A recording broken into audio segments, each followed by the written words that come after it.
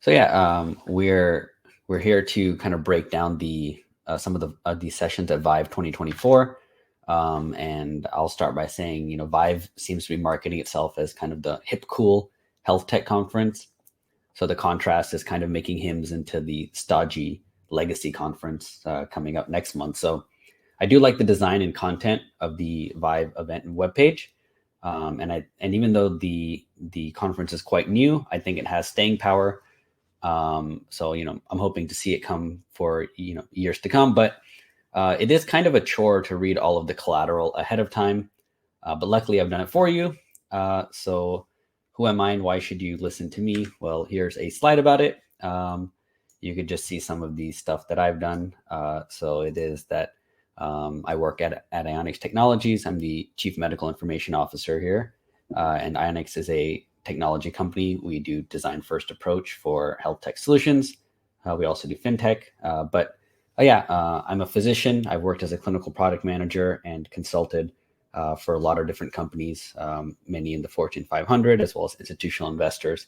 And so I'm leading the healthcare vertical here. And, analyzing this conference was something that came up as, that would be useful for not only myself, but I thought maybe some others would also enjoy the insight. We'll get right into it. Let's be honest to start, some of us are just going there because our companies are sending us on a work trip to LA. And no harm in that, who would say no? But the real goal, or the goal that your company's hoping that you'll get by going, is that you're going to glean some insights that can't be found on webinars or industry blogs. So my one caveat is that I want to say in today's era, I think AI in the session title is basically clickbait. So I think a really important thing to do at Vive is to really discern which sessions are going to be informative and which are just going to be essentially ads in disguise. So I think that was like, I put on my BS detector to max. And as I was reading through some of the sessions, I was kind of like, okay, which ones are going to actually be useful in this innovative conference? And so there is a lot of good stuff. But as with any conference, there's also a lot of sessions that are the glorified ads. So I'm personally trying to avoid those ads. And I assume you are too. This agenda is just talking about all the different sessions that I have identified. So if you want, you could take a screenshot and skip the rest of this webinar. But we also have some additional info in our health tech newsletter that breaks it down per day. So day one, attendees 4, and attendees day 2, as well as some speakers and some other stuff you might be interested without all the other stuff on the website. But I'll stick to the basics in this quick webinar here of the best 8 sessions and why to attend them. So, starting off from hospitals to Hollywood, the rise of GLP-1s. So this is great for everyone in America and maybe beyond. Ozempic, Wegovy, and other GLP-1s have taken the nation by storm. Tons of stuff being written about it and a lot of people taking it. So unless you've been living under a rock, Ozempic is, a transformative weight loss and obesity therapy.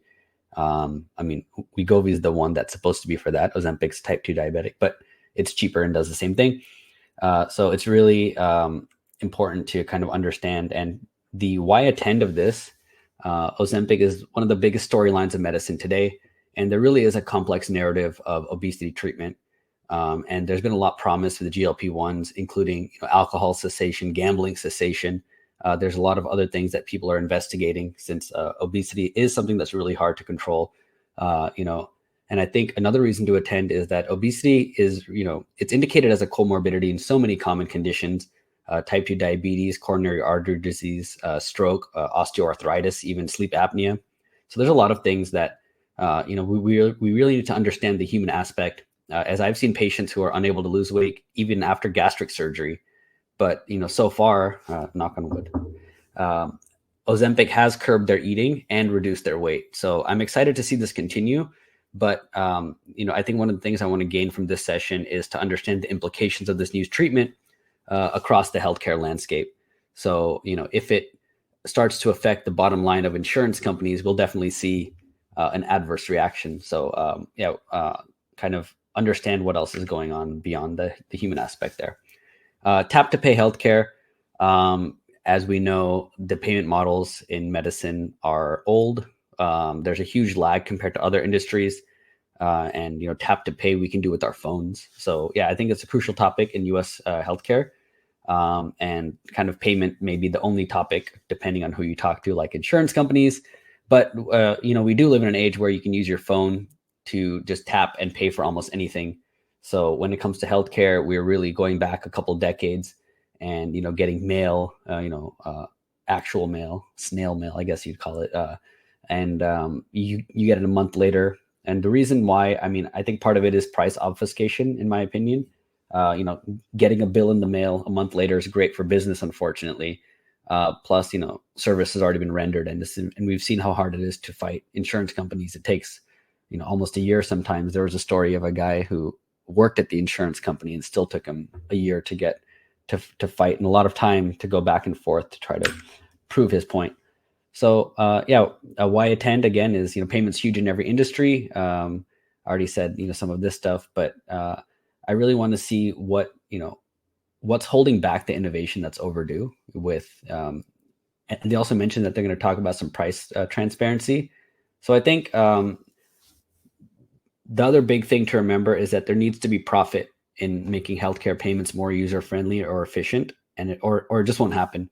That profit machine is the primary driver in healthcare, unfortunately, in the US. So yeah, while it's nice to say it'd be great if we can do it the same way, there's obviously going to be a large legacy machine that's making a ton of money by keeping it a little bit difficult to understand.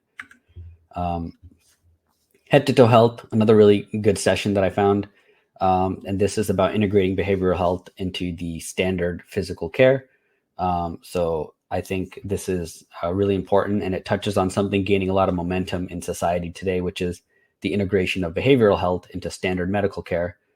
And the kind of why attend, I think, like I said, it has kind of a cultural headwind right now.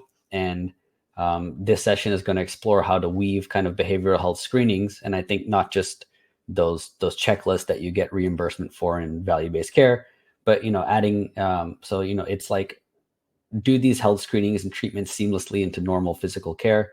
And the point is to kind of innovate and find ways to incorporate mental health into the physician's kind of routine in a way that doesn't stretch them too thin. So the reason I like this one is that if you're as passionate as I am about the healthcare system addressing the whole person, not just parts, then I think you'll find that this discussion is long overdue, and hopefully it's as good as they bill it. Now EHRs, I think we've all used EHRs. This is supposedly going to explore the next phase of EHR development, patient portals, which have been around over a decade, interoperability, which they've been talking about forever, and our good friend, the hype of artificial intelligence. But why attend? I'll say it right now, like everyone knows EHRs mostly suck, but the other things are not going away. So I think we have kind of a love-hate relationship with our EHRs. We know the drill. They're a bit of a headache, but they're also, software that we're required to use. And I think one of the problems is that they're objectively billing software with some clinical features tacked on. So we're kind of stuck with them. But I think this session has all the big players. It's got Epic, Oracle, which Cerner, and I guess Meditech is supposedly pretty big. But and so they're coming in to talk about the next phase of EHR development. And I know I said to avoid sessions which are glorified ads, and this totally reads like it's going to be an ad for Epic and Cerner. But like I said, kind of bring your grains of salt, but also keep in mind that each small improvement in EHRs can make a big difference to our daily grind. And I am looking forward to hear what these leaders have up their sleeves, because I think it's all about making our lives just a little bit easier, and maybe it improves patient care as a byproduct. You never know. So looking forward to see what the future holds for EHRs. And I do have my fingers crossed for some real tangible improvements, but I'm not holding my breath. Value-based care. So there's actually another session in value-based care that sounds like an ad, but this one sounded pretty interesting. So VBC is the old buzzword from like 2010. I guess AI is now 2024's buzzword, but the idea of moving from fee-for-service to value-based care obviously hasn't happened, but we have some incentive programs in place that have moved the needle kind of a little bit. So why to attend? Like I said, this is the value-based session, a value-based care session to attend if you're going to attend one. And what I like about it is that it isn't just your run-of-the-mill VBC talk. This use case is examining episode-based payment models and their impact on specialty care. So hopefully we'll see things like changes in referral management and how care coordination between systems can improve with a focus on specialty care. So it's kind of a specific use case rather than just a generic value-based care session. And it's not selling you anything like the other one is. Excuse me. So drug development getting a reboot. I know I said there's a lot of AI nonsense hype and buzzwords, but we're all familiar with the classic drug development story. It's slow, it's costly. So this use case that they're presenting specifically, speeding up from lab to patient, is an interesting one. And why attend?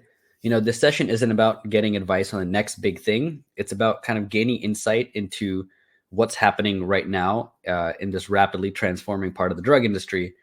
And I do mention that we're at the end of a patent cliff right now. So if you look at what patents are coming out in the next, I think 4 or 5 years, there's like some huge drugs that are going to be no longer patented. So what a lot of these drug companies need is that they need quick and large revenues to continue their current growth. So I think that there's a lot of drive behind this, and that the money's going to talk, and we're going to see some really big developments here. So if you're curious, like I am, about how AI and ML are going to kind of reforge the rules of drug development, I think this is going to be a good session for that. Next is garbage in, garbage out.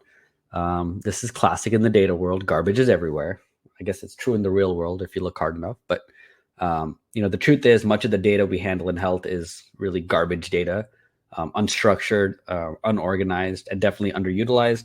Some of it's actual garbage you don't want to utilize, but some of it's stuff you can kind of recycle or reuse.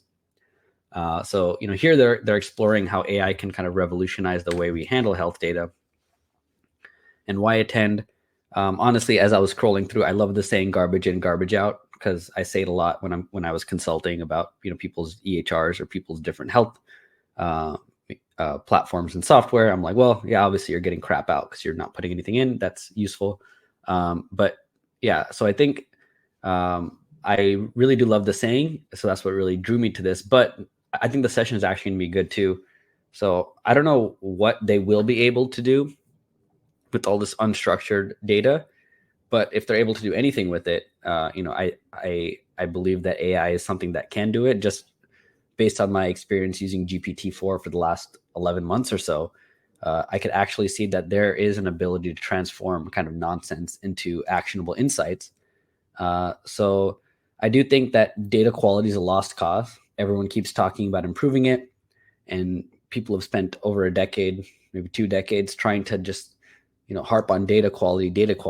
But I think now we might be at a phase where we can kind of keep data at a low quality and still get high quality output. So this session made my list because I think garbage data is so ubiquitous in healthcare, and this is a good opportunity for innovation. I would call this my dumpster diving special. Hopefully we're able to find something great here. We're getting towards the end here. So the price is not always right. I think this is our last session that I've identified. So this topic is pretty controversial. It's also very critical. So the complexities of drug and hospital price transparency. So I already mentioned it earlier. We know the drill. Healthcare costs are intentionally a labyrinth, and even with the mandate to show cost, like where you have to show the cost of treatments to the patient on your website or wherever you have to have, they found kind of savvy and unscrupulous ways to comply with the letter of the law, but not the spirit. So, it's like a PDF buried on their website or like a web page that's not easily found, easily connected. But to me, it felt like they were kind of burying this information like the Ark of the Covenant. But it's really what we're trying to look here is that the realities of drug pricing are ugly, and they need harder conversations. I mentioned Aaron L. Albert from Mark Cuban's drug company here. It would have been great to see her on the panel instead of the panel that we got. But I think the panel still hopefully will have some insight into this. But yeah, again, it is business as usual, business as they want.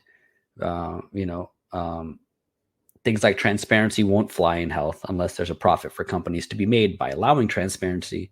So I think, for example, Mark Cuban's drug company, as I mentioned, they have some great transparency. If you look at their website, they have costs, and they even show their 15% margin that they take on every drug, and it's built into their whole thing. They have a nice infographic, which I've never seen anyone else do in health. So yeah, I think it'll be really great to see what's going on right now in price transparency for drugs, because that is, like, again, a burning topic.